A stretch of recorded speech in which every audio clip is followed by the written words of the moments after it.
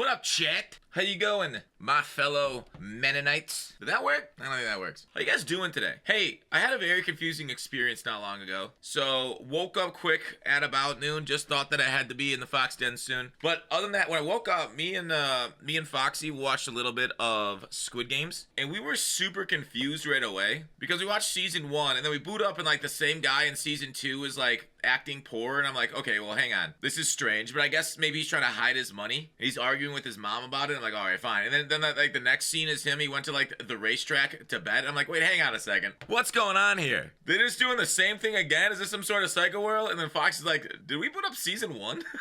And I'm like, well, that's right, we did, because they erased our Netflix accounts because we had it inactive for so long, so they got rid of all of our memory of what we watched. Yeah, had to back out and go to season 2. I thought of you when playing Marvel Rivals, Fox. Oh, thanks, Only Mans. Were you doing what it takes to win the game, or were you one-tricking a DPS character? Insta-lock DPS and scream for heals. Yeah, like, dog, Zeph was straight up a meme yesterday, right? Like yesterday, we lost a game together when I was, like, begging anybody to switch to tank. He's like, man, our heals were bad. I was like, what? Brother, 1 tank against 2 tanks. And bunch of DPS and a heal, it's not gonna work out well. I'll sit with you for the next 15 minutes losing a game. Let's go. It does look like nothing's going on today. Are we rolling, chat? Are we gonna roll 0 chills or mysteries? Should we roll some mysteries and save the packs for the turnover? Let's do it. Actually, I gotta open my other packs first. I have way too many packs right now. Hey, wait. We're in a window, chat. We're in a window. We're absolutely gonna get this. This is not just randomness. This is not exactly how randomness works. Yes. Until we get a shitty 70 plus, we're gonna keep rolling it. Keep rolling mystery while we can. I have exited the window. I have gotten unstuck. We start the year with Alabama, Michigan, and we end the year with them. Are they playing a bowl? Wait, no. What? Wait. I haven't paid attention to any bowls outside of the playoffs. NCAA schedule. Oh, shit. It's going on right now. Is Milrow playing?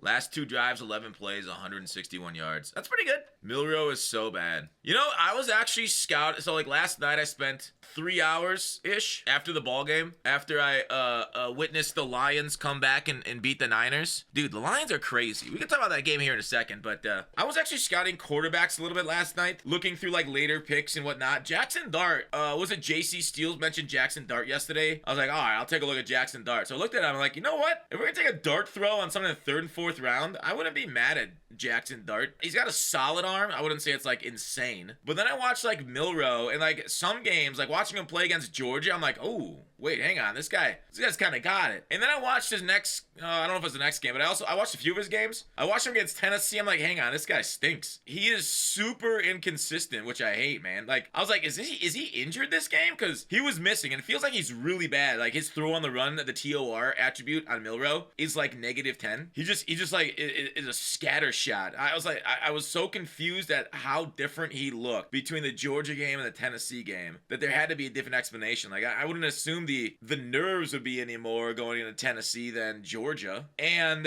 I was like, okay, well, maybe the coaching staff is just bad now at Alabama since Saban's gone and he's regressing. There's some over NFL QB needs to go to QB school. Yeah, like, so Milrow needs to sit for a while. That's the biggest thing. Is like, if you can draft them, develop them for a few years. Like, if Milrow's drafted in the top 5, like Anthony Richardson has to start right away, yeah, he's gonna be crap, right? Just like Anthony Richardson's. I mean, Anthony Richardson's been injured a lot, to be fair, also, but so like, okay, so Jaden Daniels, fast, crazy good arm, and actually a pretty quick release. He's not like Tim Tebow out there windmilling everything. So he's got everything you want in a quarterback except for the consistency you want out of a quarterback. He can hit the throws. He's done a really good job putting it in the bucket for Williams and the receivers and stuff. But man, like, watching him just like miss easy and in medium difficulty throws in the Tennessee game, I'm like, who is this guy? And so that is why he's not drafted well. But like, when you watch a few of his games, like, oh, this is a better like Anthony Richardson. This guy's great. So yes, a few years of development would like get him with a good QB guru, like draft him to the Packers, or even better, what about take him to the Colts? If the Colts draft him in say the 2nd round or 3rd round or whatever it is, and then now you have like 2 Anthony Richardsons. So when Anthony Richardson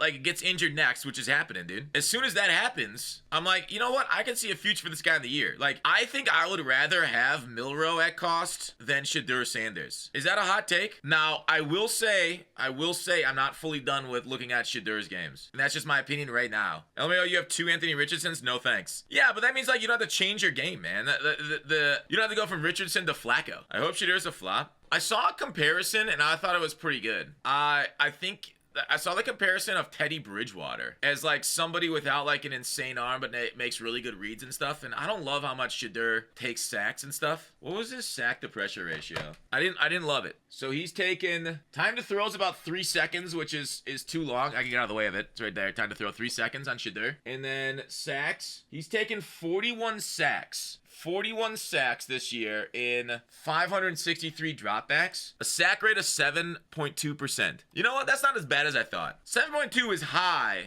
I'm not sure it's bust territory, though. Colorado's O-line is trash. Yeah, like, some of it's the O-line's fault, some of it's him. Okay. If his average time to release was like 2.7 seconds, I would agree with you a little bit more. But the fact that it's 3, which is high, I'm a little less like, hey, the O-line stinks. Because it's not like he's a crazy runner. And like, how many of these teams? I mean, he played against some good teams. I will give that to him. There were some solid teams on the schedule, but I would not trade up for Shedeur. I'm more of a Cam Ward guy now myself. Box score looker after. That's fair. I literally just said that I haven't watched all of his reps. I haven't even gotten through 3 games of his yet. I've only watched him on television, and but I haven't watched his actual tape. So my finalization is that I'm not finalized yet. It's still early for me. Can we not talk about it? Fox can't talk about prospects until April when he's fully watched them. Is that what you're telling me? Sorry for giving you initial impressions on guys that I've seen. Ward has a higher ceiling. You know what I see? I see a bunch of this. I don't think any traits are good or bad, if that makes sense, right? I see people being super negative about Ward being too calm and relaxed with the ball in his hands. They say that as a negative, like he needs to be like a hyper twitched up, like ready to go, like straight up, like high. He's just taking like 50 fucking Ghost energy drink intakes. He's got white below his nose.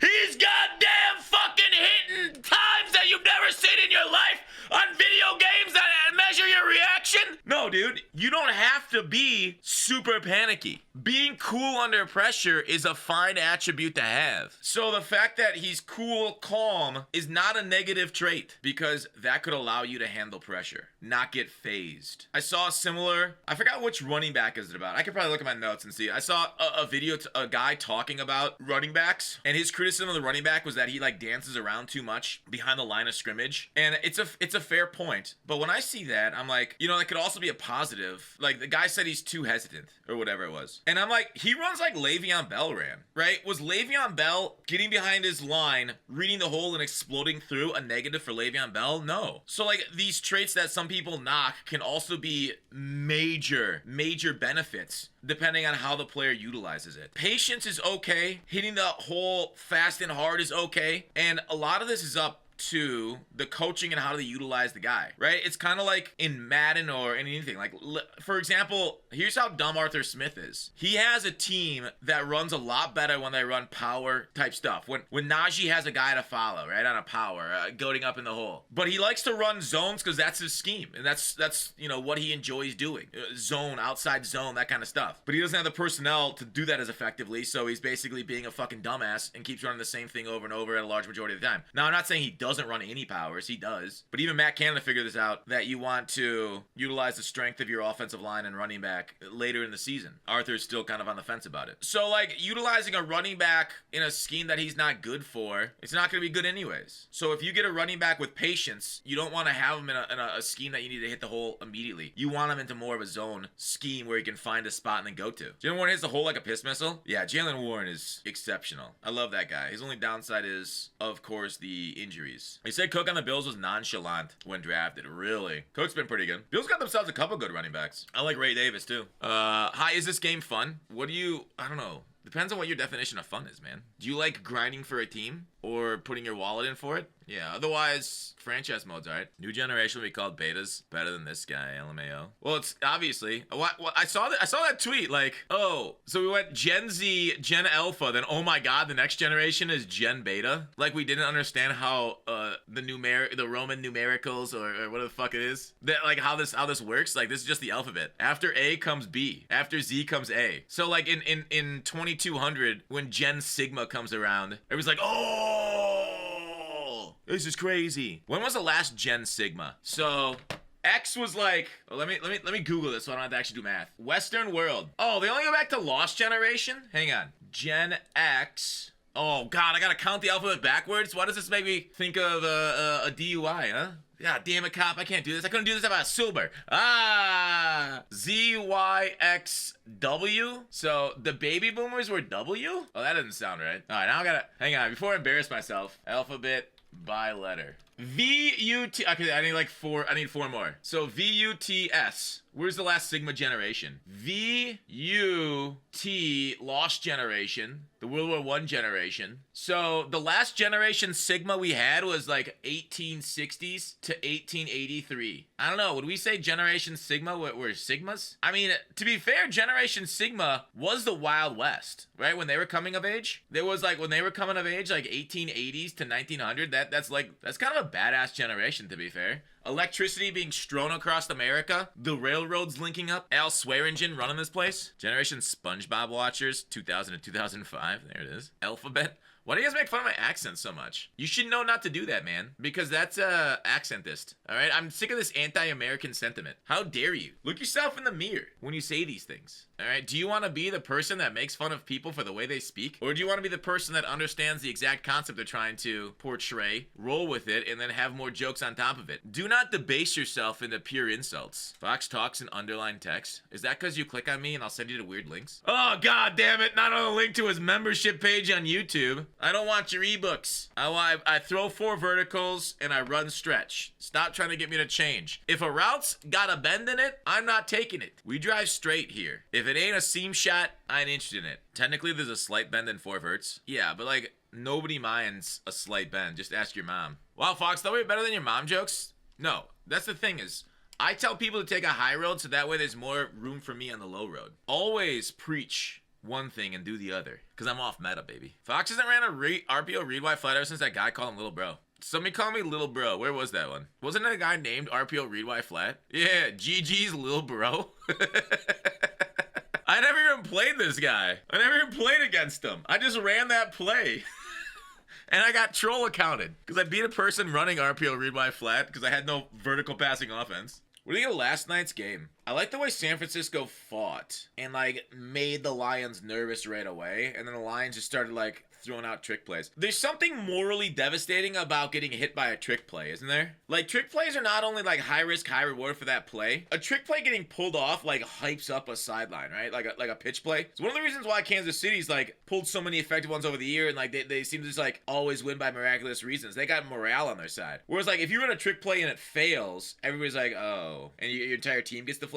When you do a loop-de-loop and then go up and score a touchdown, like, how are you gonna get beat? And like the team feels stupid that it has it ran against, so like their morale goes down. So like just having like easily done trick plays like a pitch play, I think is a huge. Like getting a lineman a touchdown and everybody's like jovial and whatnot in playing better, right? Because there's a few ways of motivating men. One, through that kind of stuff, like we're more knowledgeable, we're better than you demotivate the other team. We're all treating that we tricked you. It's like the hidden ball trick in baseball. The other way is to just get everybody angry, right? Like, oh, that's what like Bill Belichick did throughout his career, was like they said some like slightly irritating thing in the newspaper, let's make a big deal out of it, right? Like get people into their pissed off state of mind, and then they'll try harder, because that also works extremely well. As long as you don't overuse it. If you really know how to press the buttons as a coach, you can really get guys flying around for you. Linemen dominating you. Like, you know how like humans can go harder than we can, but like our brain stops us from harming ourselves. Like, you guys ever hear those stories of moms that lift cars off their babies? Like when their adrenaline floods their system. Like, humans can go harder than we know we can go. Because like you can't bite your own tongue off because like